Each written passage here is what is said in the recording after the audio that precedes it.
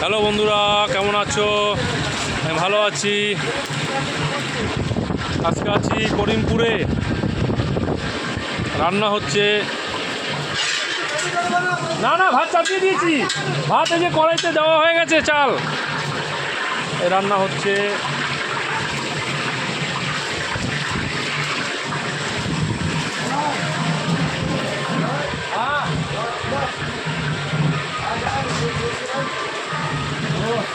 আজকে একটা জন্মদিনের অনুষ্ঠান চলছে, 500 লোকের অনুষ্ঠান।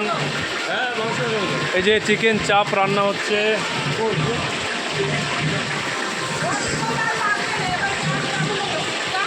চিকেন চাপ কি কি কোনটায়? পেঁয়াজ, তেল দে, পেঁয়াজটা দিচ্ছে।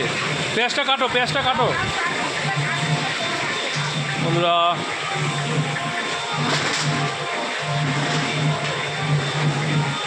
এখন